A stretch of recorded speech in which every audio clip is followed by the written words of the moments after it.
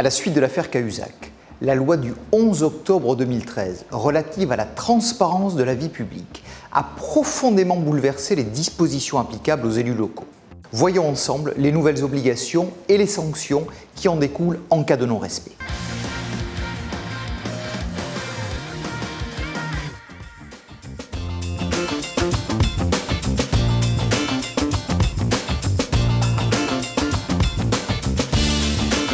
Tout d'abord, une double obligation déclarative pour certains élus. Les exécutifs des plus grandes collectivités territoriales ou des établissements publics de coopération intercommunale sont désormais concernés par une double obligation déclarative à remettre à la haute autorité pour la transparence de la vie publique. Ils doivent ainsi présenter une déclaration de situation patrimoniale en début puis en fin de mandat, mais également une déclaration d'intérêt.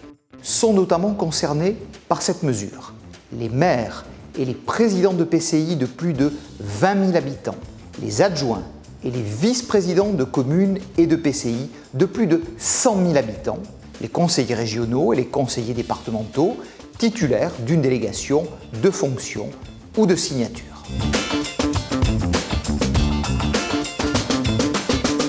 La loi sur la transparence de la vie publique prévoit que les personnes titulaires d'un mandat électif local doivent veiller à prévenir ou faire cesser immédiatement tout conflit d'intérêts.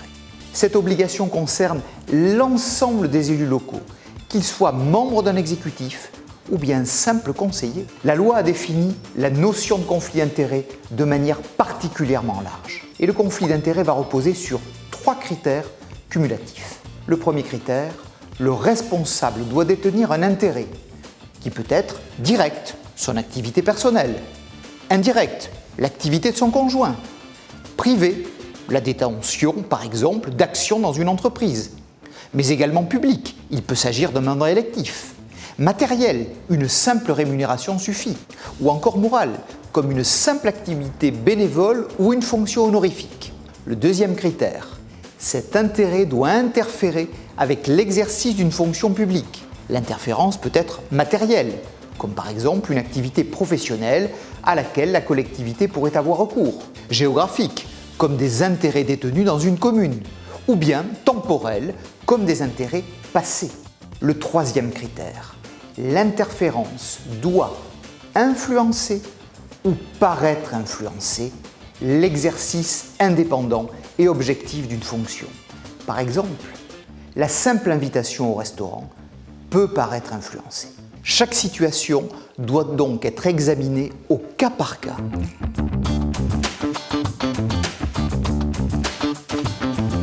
Le Code général des collectivités territoriales précise tout d'abord que toute décision administrative prise par un élu local en situation de conflit d'intérêts est nulle. L'élu qui a profité de quelque manière que ce soit de la situation de conflit d'intérêts risque ensuite jusqu'à 5 ans de prison et 75 000 € d'amende. De plus, le Code de l'urbanisme sanctionne très lourdement les maires et les présidents de PCI ayant connaissance d'un conflit d'intérêts et qui auraient volontairement omis de saisir leur organe délibérant qui aurait dû désigner un autre de ses membres pour prendre la décision. Et la jurisprudence récente est particulièrement sévère en la matière et doit vous inciter à la plus grande des prudences. Bien évidemment, face à de tels enjeux, notre cabinet est à votre disposition pour vous aider face à ces situations.